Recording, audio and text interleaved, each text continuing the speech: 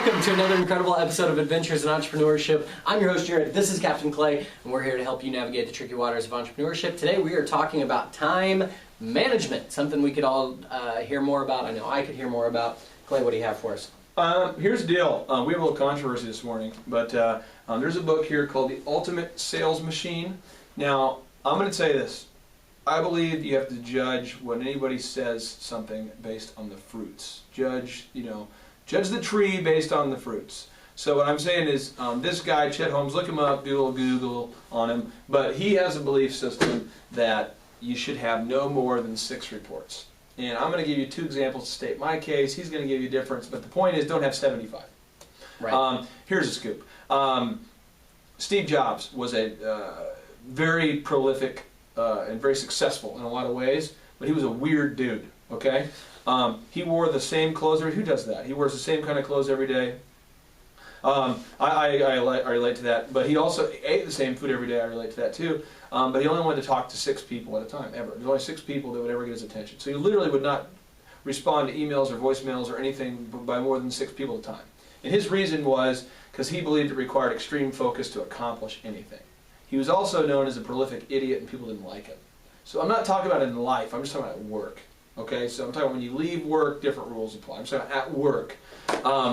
What Chet Holmes is saying is you should only have 6 direct reports. 6 people that report to you because you expect them to have 3 people that report to them, and it's kind of a military style. And so I'll just tell you how I organize my time, and you guys can see how it relates to you. But in your business, most small business owners, they start where it's them, and then it's them and a dude, and then them and the dude and the lady and the cousin they know, and then it grows, and pretty soon they've got 75 people that all want to talk to them all the time. And it starts to break down communication, you start to become a bureaucracy, and you start to operate slowly in a business that wants to operate at a quick speed. So what I do is I have 6 people that do stuff. I make a to-do list with everyone's name on it. So Connor, handles anything I need to do that involves me spending money, leaving the office, or doing anything that I really just don't want to do. So like going to Best Buy, I'm not going to do it. Going to get my oil change, not going to do it. Going to go to the bank, not going to do that. I'm going to check my voicemails, really not going to do that either. I don't check mail. I just don't do any of those things because it takes like 2 hours a day to do that stuff. That's what Connor does. And Connor's awesome. It's a super valuable job he does. And it's kind of a mentorship for him. He's learning skills as he goes, and then he'll go from there and move on to another position. Next guy is Dan. Dan handles production, all the logistics. How many speakers do we need? How many speakers do we have? How many cameras do we need? How many cameras do we have? Who's calling in sick? Who's bogus? Who's real? He handles the scheduling and the logistics of equipment and people. Then there's Matt. Matt's job is to hire and fire. He looks for trends. Is this guy nice? Is this guy bad? Does he complain? Is he excited? Is this a good person? Should he move over here? Where's he best used? He's looking for getting the right people on the bus. Then there's Jason. Jason handles basically problems. He's a solution finder. If there's a technology problem, if there's a phone problem, if there's a human problem, he just finds solutions. It's phenomenal. Then there's Marquise. He runs the daily operations of the bakery, and he basically runs and oversees everything needed for the bakery. And then beyond that, there's my dad. He does accounting, and he handles all the accounting. So I really don't think about accounting. I don't think about maintenance of gear. I don't think about I just think about those 6 people, making sure that they have a big to-do list at all times. And that's what keeps me sane. And I'm just going to encourage you that if you're at 10 right now or 15, you've got to get that back. You got to get it into a smaller number.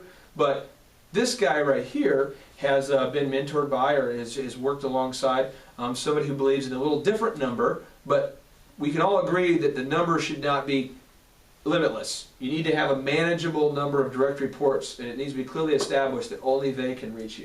But let's go to you. Let's hear about your time management delegation system. I 100% agree with what you're saying, and that if you have the limitless, just anybody can come talk to you. You have just capped how big your business will get. You cannot get any bigger than that.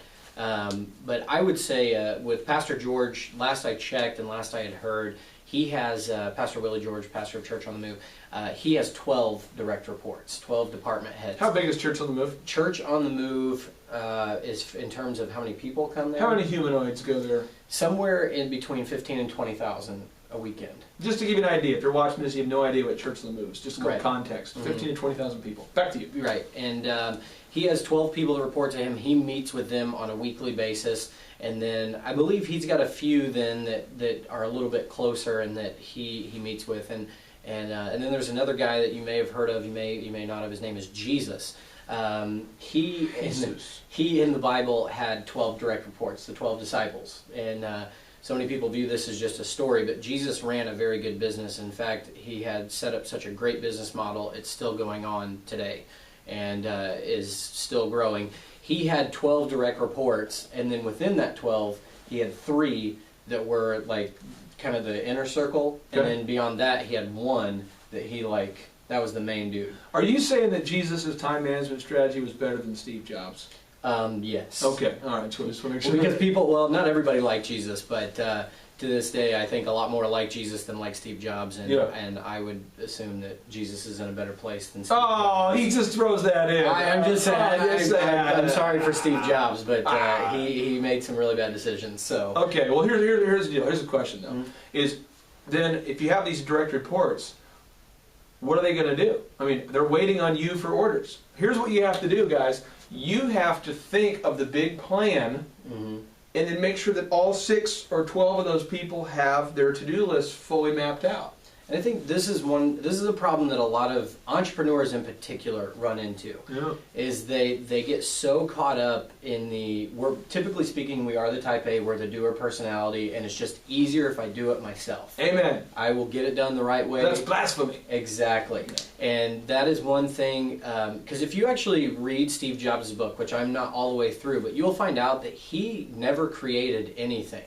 He didn't ever invent anything.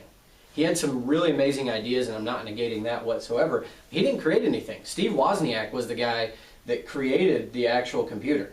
Yeah. He had nothing to do with that. He just had the ideas of what he wanted to happen, and then had a great team around him. I think it'd be arguable that he came up with the idea, but absolutely. he did not tangibly build the product. Right.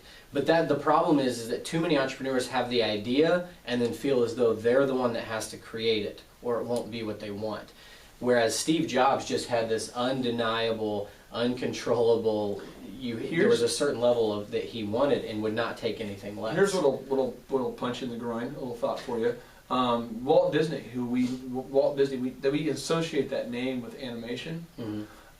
He realized that his character that he drew, his original character, wasn't that good. So he ended up turning into Mickey Mouse, and he struggled for a long time. And basically what he found is that, hey, I'm a decent cartoonist, but other people are better. But they're not as good as coming up with the big idea. So Walt Disney didn't actually animate a lot of the movies. And I'd say a lot, I mean all the movies. He didn't do it. What he did is he orchestrated. So he had to find creative people to come up with the vision that he, to make his vision happen. So his job was basically come up with big visions. Cinderella, okay, that's a cool idea. Pinocchio, cool idea. Now how are we going to orchestrate it? So I would even say in the creative realm this is possible. But if you're a creative business, if it's a production company, if it's a management company, whatever you have, you need to be thinking about your job is to have the big vision and then to make sure that you see it through. Absolutely. Absolutely. And it's so crucial, especially for entrepreneurs, is that we are always of the mindset that we have the idea, therefore we have to walk it out. You have to get rid of this. And at first, I'm sure in the DJ business, you did the majority of everything on the front end. Yeah. But now you're releasing a lot more to other people, to Dan, to Jason, and I've had the privilege of seeing this in action and seeing you not as involved with the equipment now, that other people are taking care of that. And you're the big picture, making sure you're the driving force behind it. And let's give some real stuff here for you. Like sometimes you have as an entrepreneur, Jack Welch calls it a deep dive, where you have to hop in and do stuff. So like Jesus, delegated, right? But there's sometimes he gave the sermons. Sometimes he hopped in and did it himself. And you have to pick those spots, So I would just encourage you delegate, but you want to pick your spots. And so many entrepreneurs do it either way. They delegate and they completely have no accountability for what they're doing, and they don't even follow up, and their business just falls apart. Or they're so hands-on. You got to find that balance. You got to find that healthy balance. And I just encourage you to find that list if you can. Make a list of the 6 people that your 6 direct reports if you're in a smaller business, 12 if you're in a bigger organization. Make the list of those direct reports, and each week before you come to work with a plan, and make sure you execute that plan. And you'll have a lot of success, and I promise you're going to have a great year if you implement these things. And with that, and this may be a topic for another episode, but talking about the delegation there, when you've got those 6 reports or the 12 reports or however your company's structured, you can't just give somebody something to do without direction and follow up, like Clay was saying, because delegation without direction is just dumping. And and you can't, it is your fault that that project will fail, because you are the one that did not give the direction to make that happen. And you can't be upset at that person for not telling them how to do it. Yes, you need competent people that can take the ball and run with it, but it is your job to cast the vision and make sure they know how to do it and what to do with the project that you've given them, so that it can have the end result that you want. Otherwise, it is your fault that has just failed.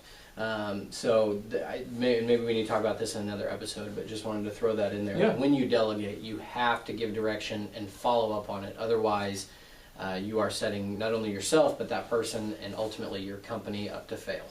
Well, I tell you what, we appreciate you checking out this episode, and we just want to leave you with the thought to marinate on is, what's your big vision? Who are you going to delegate to? And how are you going to follow up? You can leave your comments, questions on our Facebook page, YouTube channel, email Clay directly, clay@makeyourlifeepic.com.